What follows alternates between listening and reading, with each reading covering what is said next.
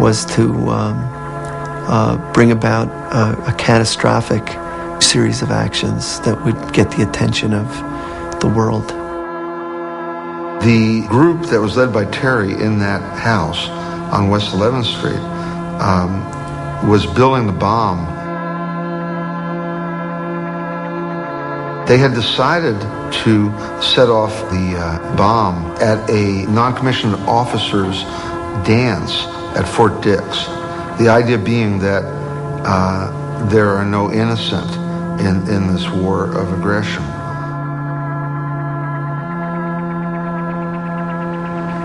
What we wanted to do here was deliver the most horrific hit that the United States government had ever suffered on its territory. We wanted to light it up.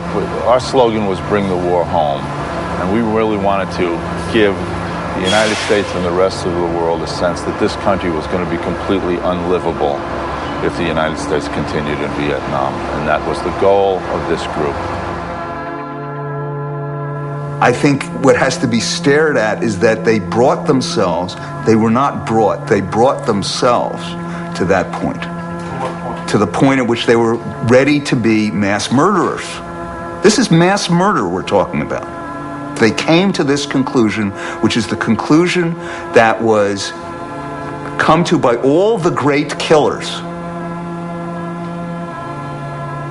whether Hitler or Stalin or Mao, that they have a grand project for the transformation and purification of the world.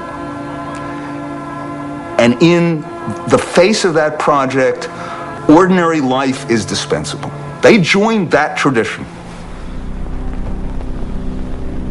On March 6, 1970, as the Weatherman Group on West 11th Street put the final touches on the bomb, there was a short circuit in the wiring, and the device accidentally exploded.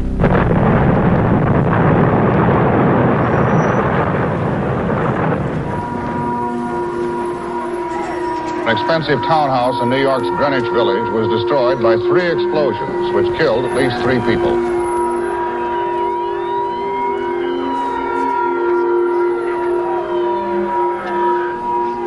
The police still only know a part of the story. What they still have to find out is a good deal more about the extent of the bomb plot and the extent to which the student protesters of the 60s have turned into more serious revolutionaries using far more lethal weapons. One body was identified as that of SDS member Theodore Gold. The second dead man has not yet been identified. A third victim was identified as 28-year-old Diana Outen, a member of the SDS Weatherman faction. She was the daughter of one of the richest men in the small town of Dwight, Illinois. When he heard the news of his daughter's death, James Outen, a local banker and former Republican member of the Illinois House, cut short a vacation in London and hurried home. I've been asked how I would advise other parents, and I've answered that I have no advice at all.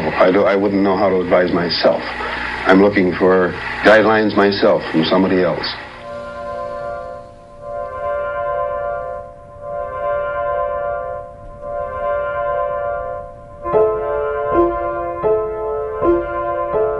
I was in Denver. We had a collective there.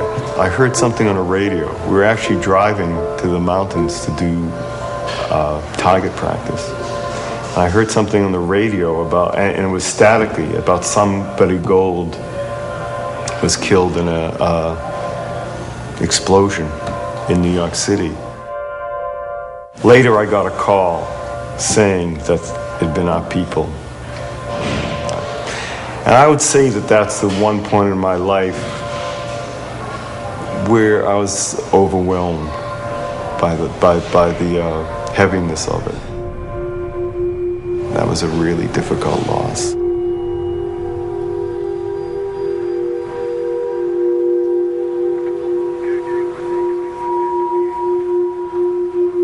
When the townhouse went up, it was at that point that the FBI knew that it was in a battle and that these were truly committed revolutionaries who planned on doing a lot more to achieve the violent overthrow of this government than just talking about it.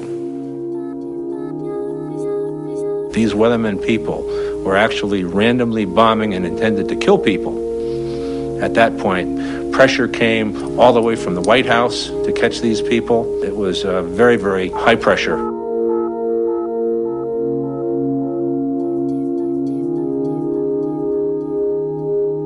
When this explosion happened, a group of us disappeared from sight, and that was really the official beginning of what came to be called the Weather Underground. Anyone who does have any information on where these people are located should immediately contact the FBI. I cut my hair. That was hard for me. I had long hair down to my waist for a lot of years. And so preparing to go underground, I cut my hair off. And I went back to say goodbye to my family on the farm.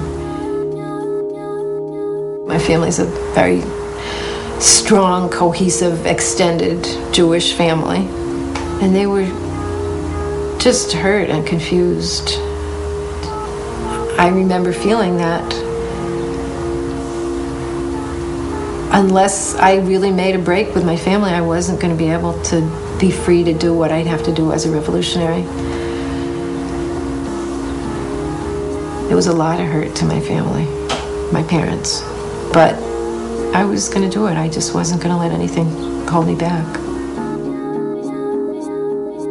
I knew we were going underground, but of course I didn't know how precipitously it would happen. My parents weren't political. They didn't have any way in which to put that into a framework. But I took a last trip to visit them, and I didn't want to scare them more than they were already worried, but I did want them to think back and remember what I said, that I didn't want to hurt them and that I loved them. So I, have a vivid memory of saying goodbye to them at the airport and walking away and turning around and looking at them, waving at me, and knowing that I wasn't going to see them again.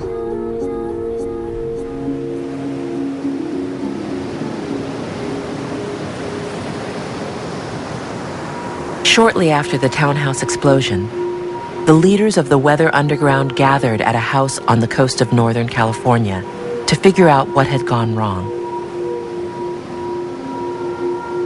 We took a deep, deep breath and a big step back from the precipice. There was a huge debate about what had happened, and the conclusion that the majority of us came to was that a terrible error had been made, that it was definitely wrong to unleash indiscriminate violence against ordinary people, that was actually terrorism.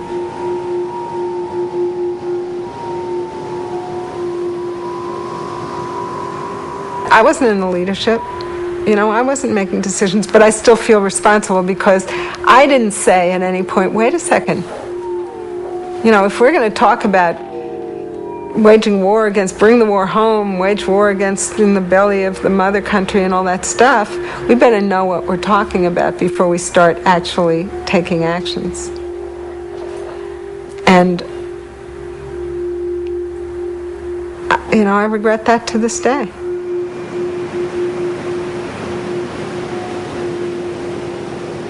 We were very careful from the moment of the townhouse on to be sure we weren't going to hurt anybody.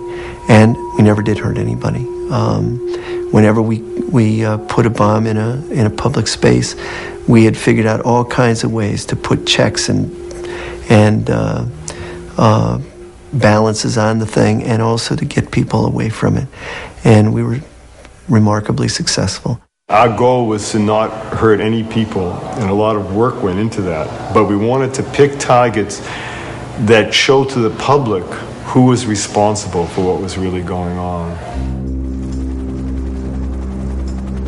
During the early 1970s, there was a strong radical prison movement in the United States. We are men. We are not beasts, and we do not intend to be driven or beaten as such. The entire prison populace has set forth to change forever the ruthless brutalization and disregard for the lives of the prisoners here and throughout the United States. One of the prison movement's leaders was George Jackson. He had become famous after publishing a bestseller,